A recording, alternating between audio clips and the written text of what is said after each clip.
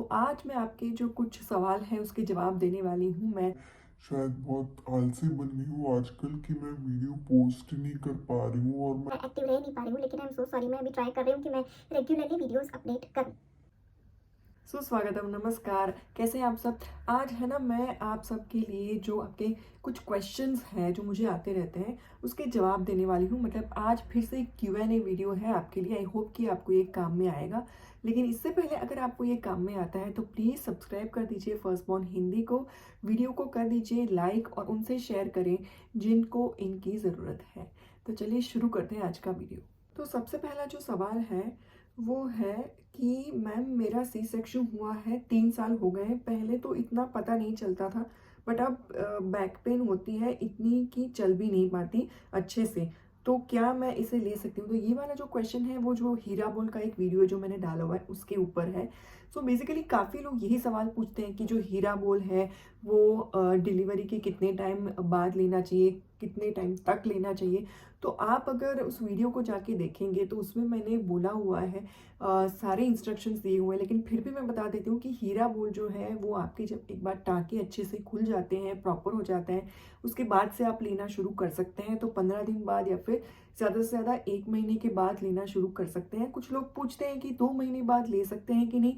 तो ये एक ट्रायल एंड एरर बेस पे होता है। अगर आपको 2 महीने अभी हुए हैं पोस्ट डिलीवरी की तो आप इसको ट्राई कर सकते हैं। हो सकता है इससे आपको फ़ायदा हो जाए। अभी ये जो सवाल है कि 3 साल के बाद, तो 3 साल के बाद नॉर्मली जो भी आपको तकलीफ हो रही है वो हो सकता है कि पहले जो आपको नहीं हुई और अब हो रही है, मतलब कि कुछ और भी हो सकता है, किसी और चीज़ की वजह से हो सकता है कि आपको बैक पेन हो रहा हो। और हीरा बोल है वो बेसिकली न्यू मदर्स के लिए बहुत ज़्यादा फ़ायदेमंद होता है, क्योंकि वो पूरा जो आपका ब्लड जो है उसको प्योरीफाई करने में हेल्प करता है, जो टॉक्सिन्स होते हैं उनको निकालने में हेल्प करता है। प्लस ये खास करके न्यू मदर्स के लिए इसलिए हेल्पफुल है क्योंकि जो फीमेल रिप्रोडक्टिव सिस्टम होती है उसको क्लियर करने में वो हेल्प करता है, जो कि बहुत ही ज़्यादा ज़रूरी होता है पोस्ट डिलीवरी। तो अगर आपकी डिलीवरी को 1 साल, 2 साल, 3 साल हो गए हैं तो फिर उन सब चीज़ों की तो इसमें बात आएगी ही नहीं। तो इसीलिए आई डोंट थिंक कि हीरा बोल ऐसे चीज़ों में काम करेगा। बट हाँ, आयुर्वेदिक के हिसाब से इसके बहुत सारे फ़ायदे हैं। तो शायद आपको कोई एक आयुर्वेदिक डॉक्टर ये अच्छे से बता सकता है कि आपको अगर ये लेना चाहिए तो कितने टाइम तक या फिर किस तरीके से लेना चाहिए फॉर दिस सम रीजंस। तो वो तो मैं आपको नहीं बता सकती, बट आई थिंक आपको 3 साल के बाद ये हेल्प नहीं करेगा। अगर आपको ट्राई करना है तो आप 1 आध महीने बाद या मैक्सिमम 1.5 या 2 महीने बाद मैक्सिमम आप इसको ट्राई करिए। लेकिन उसके आगे आई डोंट थिंक कि ये वर्क करेगा। किसी ने पूछा था 4 महीने के बाद ले सकते हैं, तो 4 महीने बाद भी ये इतना इफेक्टिव नहीं रहेगा। तो दूसरा जो एक क्वेश्चन था वो ये था कि सी सेक्शन के बाद कीवी खा सकते हैं नहीं। तो कीवी फ्रूट बिल्कुल खा सकते हो, आप कोई भी फ्रूट खा सकते हो। जो कीवी है वो विटामिन सी से भरपूर होता है।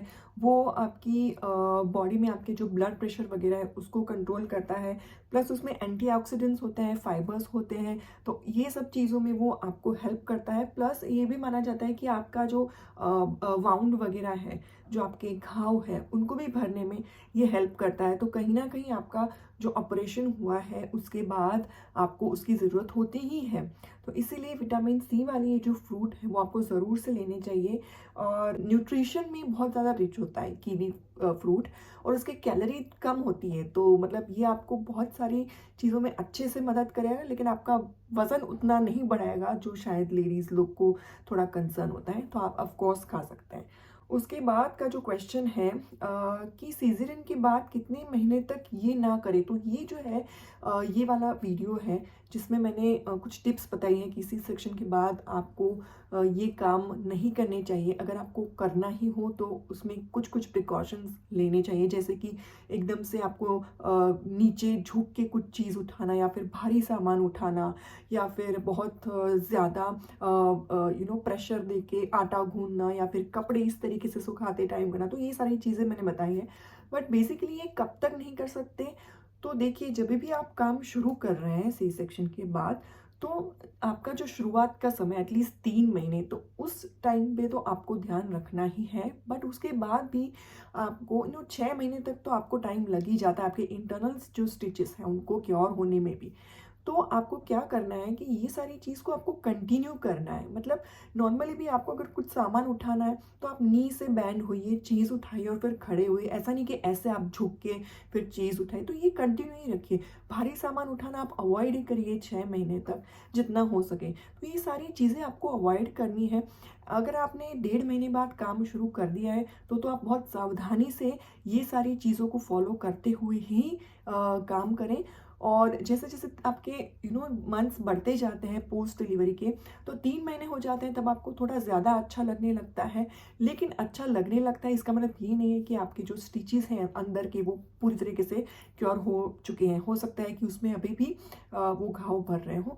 तो आपको ध्यान रखना है। और अगर कभी बाय चांस आपने जैसे कि एकदम से झुक झुक करके कोई सामान ले लिया या फिर आपने बहुत भारी चीज़ उठा ली, उसके बाद आपको पेन होना शुरू हो जाता है, इसका मतलब कि अभी भी आपको वो चीज़ कंटिन्यू करने की ज़रूरत है। तो बस इतनी सी चीज़ आपको ध्यान में रखनी है।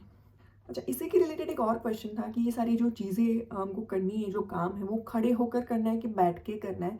तो ऑब्वियसली जो छोटे मोटे काम हैं वो आप अगर खड़े होके करते हैं तो वो ज़्यादा कंफर्टेबल रहेगा। अगर आप बैठेंगे, खास करके अगर नीचे आप बैठने जाते हैं तो फिर उठने में आपको प्रॉब्लम होगा। अगर आप चेयर पे बैठ रहे हैं तो ठीक है, लेकिन मोस्टली हमारे जो किचन के काम होते हैं वो हमको खड़े रह के ही करने पड़ते हैं। तो उसमें बैठने का इतना वो हमको सहूलियत नहीं मिलती है, क्योंकि किचन में ऐसा नहीं है ना कि आप लेट गए और लेटते लेटते आपने बर्तन मांज लिए या फिर लेटते लेटते आपने कढ़ाई में सब्जी बना ली, वो तो हो नहीं सकता है।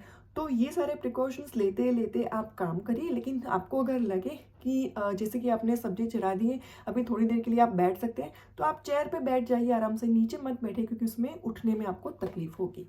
इन सारे कामों से रिलेटेड एक और क्वेश्चन है कि बर्तन भी साफ करने पड़ते हैं। एक्चुअली क्वेश्चन नहीं है, कमेंट है।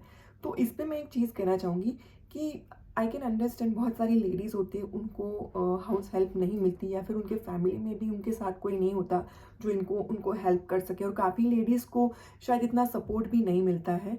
बट उसमें ना आपको अगर सपोर्ट नहीं मिल रहा है तो आपको खुद ही रास्ता ढूंढना है। देखिए, अगर आपके पास कोई नहीं है तो आपकी खुद की जिम्मेदारी बढ़ जाती है कि आप अपना ख्याल रखें, क्योंकि अगर आप अपना ख्याल रखेंगी तो ही आगे आप अपने बच्चे का ख्याल रख पाएंगी और अपनी फैमिली का ख्याल रख पाएंगी। तो आपका स्वस्थ होना बहुत ही ज़्यादा ज़रूरी है।